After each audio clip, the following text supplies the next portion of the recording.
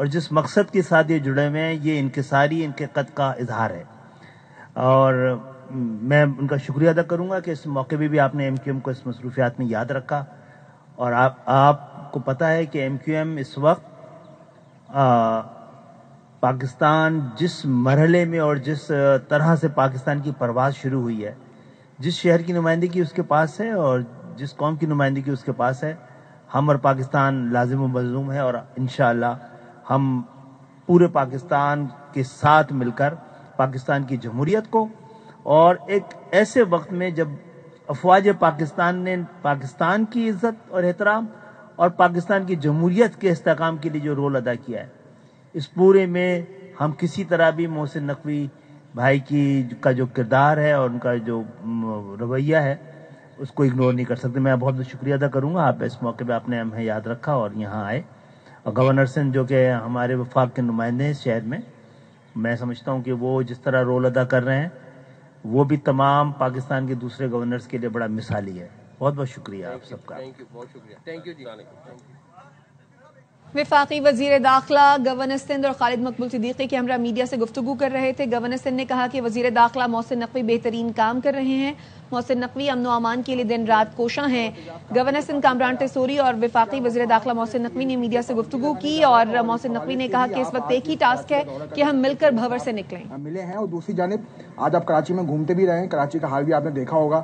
آپ نے Peoples party اور نون لیگ کی مسرت کرانے میں اپنا کردار ادا کیا.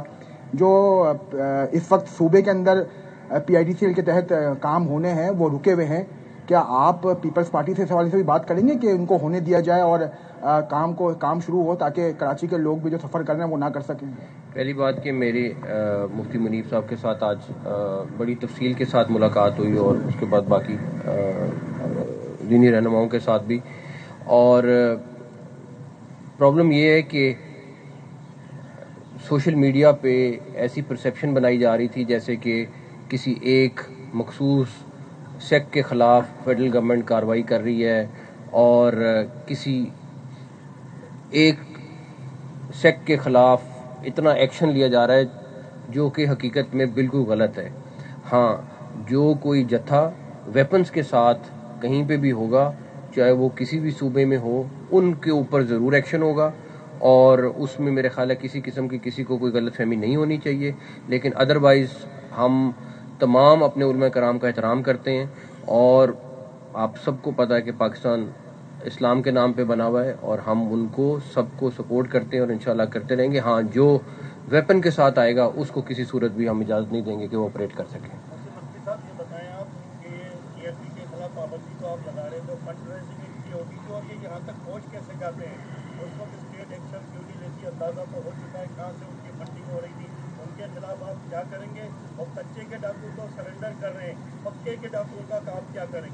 جہاں تک رہی بات فنڈ ریزنگ والے لوگ جو ان کی مدد کرتے تھے، آپ کو اگلے چند دنوں میں خود پتہ چل جائے گا کہ کیا ہو رہا ہے. اور جہاں تک ڈاکوؤں کی تعلق ہے، میرا خیال ہے کہ صوبائی گورنمنٹ اس کو ہینڈل کر رہی ہے اور امید ہے انشاءاللہ بھی اچھی چیز دیکھیں گے. وہ لگے ہوئے ہیں انشاءاللہ. آخری ہاں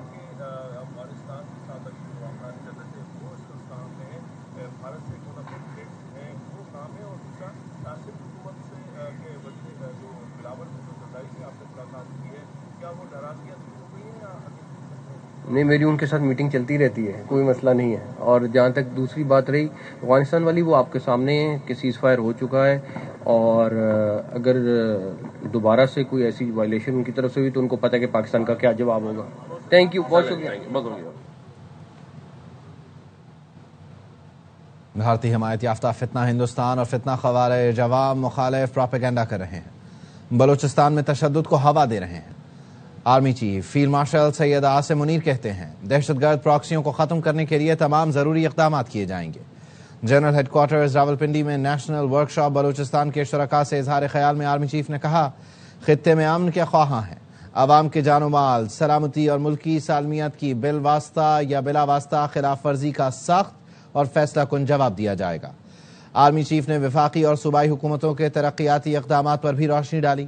کہا بلوچستان پاکستان کا فخر ہے، بلوچستان کے محب وطن عوام باصلاحیت اور پرعزم ہیں. بلوچ عوام صوبے کے بے پناہ اقتصادی صلاحیتوں سے استفادہ کر سکتے ہیں۔ فیلڈ مارشل سید عاصم منیر نے سول سوسائٹی پر زور دیا کہ وہ نوجوانوں کو با اختیار بنانے اور ان کی صلاحیتوں سے فائدہ اٹھانے کے لیے اپنا تعمیری کردار ادا کریں۔ بلوچ نوجوان صوبے میں خوشحالی کے لیے منفی سیاسی ایجنڈا مسترد کر دیں۔ حالیہ کشیدگی کے بعد پاکستان سے افغانستان کے لیے تجارت کے دونوں راستے اب تک بند ہیں۔ ترخم اور چمن سرحد سے افغانستان کے لیے تجارت مکمل بند ہے۔ ذرائع کا کہنا ہے افغانستان سے تجارت کے دونوں راستے ترخم اور چمن کھولنے کا فی الحال فیصلہ نہیں ہوا۔ سوشل میڈیا پر افغانستان کے لیے تجارتی راستے کھلنے کی خبریں درست نہیں۔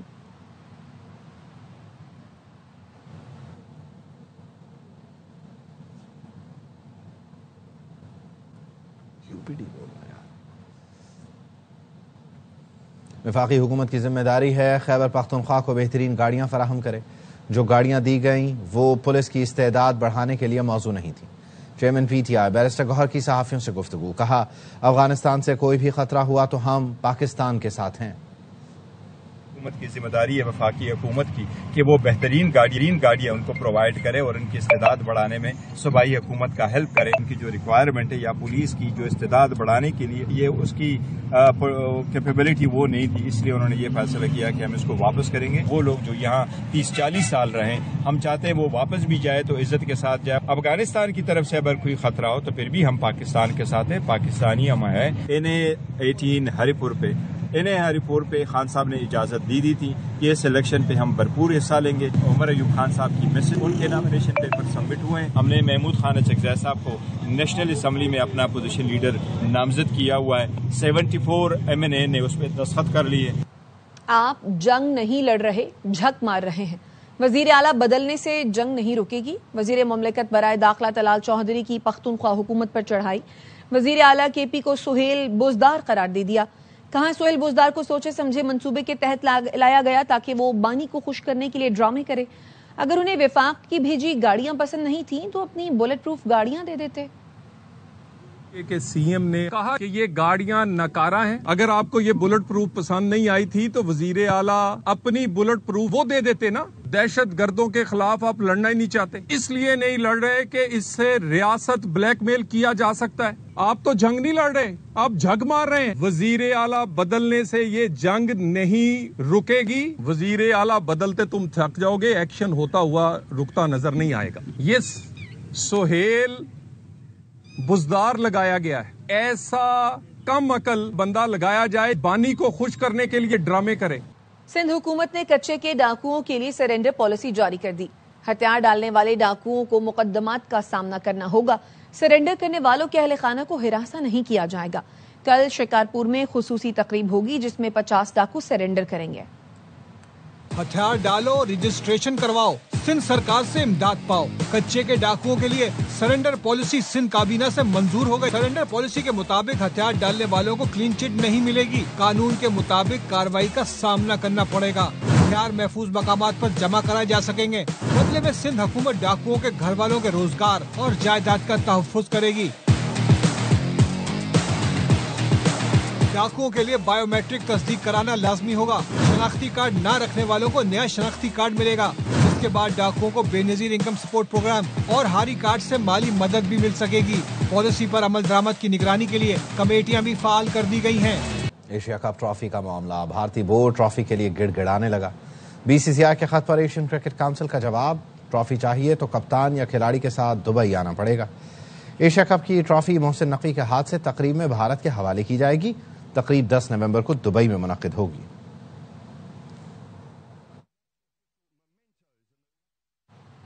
پنڈی ٹیسٹ میں پاکستان کا کم بیک۔ دوسرے روز کے آخری سیشن میں آصف آفریدی کا جادو چل گیا۔ پہلے ڈیزورزی کو آؤٹ کر کے 30 وکٹ کی شراکت توڑی، پھر بریوس کوڈک کو چلتا کیا۔ کھیل کے اختتام تک جنوبی افریقہ نے 4 وکٹ پر 185 رنز بنا لیے۔ 148 رنز باقی۔ میچ اے اسپورٹس پر براہ راست دکھایا جا رہا ہے۔ واپس آئیں گے بریک کے بعد، ہمارے ساتھ رہیے۔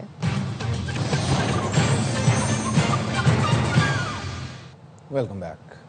اور خبر دیں آپ کو، چیئرمین پاکستان پیپلز پارٹی بلاول بھٹو کی گھڑی یاسین میں کوٹ دورانی آمد۔ آغا سراج دورانی کے اہل خانہ سے تعزیت کی۔ بلاول بھٹو نے آغا شہباز دورانی سے والد کے انتقال پر تعزیت اور گہرے دکھ کا اظہار کیا۔ آغا سراج نے آمریت کے دور میں صعوبتیں برداشت کی مگر بھٹوازم سے انحراف نہ کیا. بلاول بھٹو نے اس موقع پر مزید کہا کہ تاریخ میں وہی کردار زندہ رہتے ہیں جو نسل نو کے لیے جد و جہد سے راستے ہموار کرتے ہیں.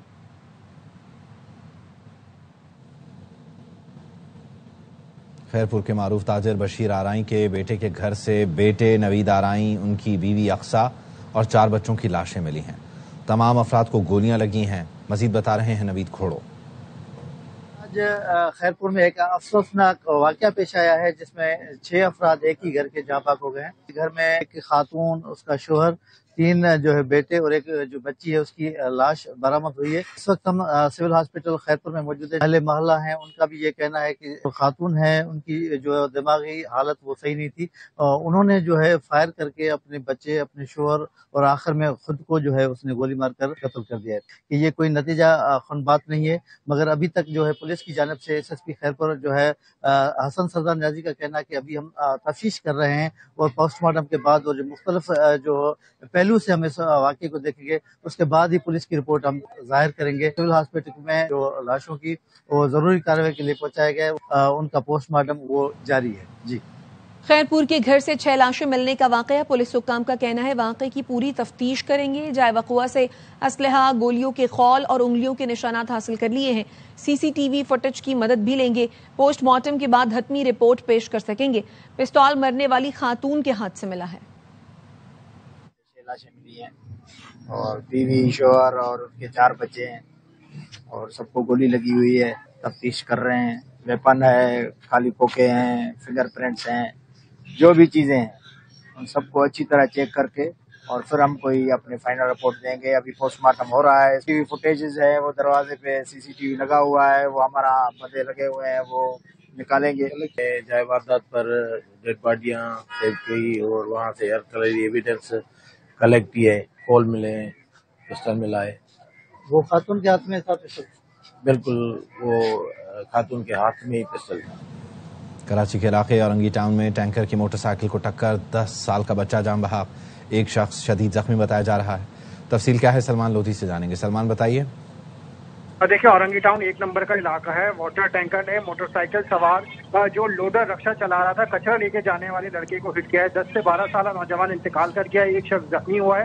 حادثے کے بعد موقع پر موجود لوگوں کی جانب سے ٹینکر کو آگ لگا دی گئی ہے. فائر بریگیڈ کی گاڑی موقع پر پہنچی اور لگی آگ پر بجھا دی گئی ہے.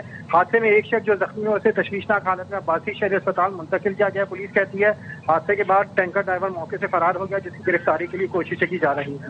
کراچی کے علاقے کوثر نیازی کالونی میں باپ نے اپنی 2 کم عمر بیٹیوں کو قتل کر دیا. ملزم اکبر قرض کی رقم عیاشیوں میں اڑانے کے بعد ذہنی دباؤ کا شکار تھا.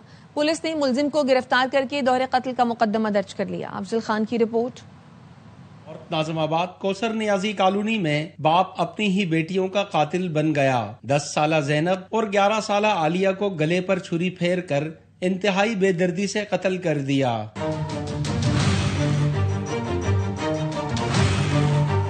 دونوں بچیاں اپنے والد کے ساتھ گھر میں اکیلی رہتی تھیں. گھر والوں کا کہنا یہی ہے کہ یہ فی الحال بے روزگار تھا اور کافی قرضہ اس نے لوگوں کا دینا تھا، تو ڈپریشن میں بھی تھا. ملزم کو ہم نے اریسٹ کر کے آلۂ قتل برآمد کر لیا. اس کی چھوٹی والی بہن بھاگتی ہوئی آ رہی ہے، یہاں پہ گر گئی، آگے بول رہی ہے چاچو چاچو میرے ابو نے 2 بہنوں کا قتل کر دیا. قرض کیوں کیا، عیاشیوں میں کیوں اڑائے؟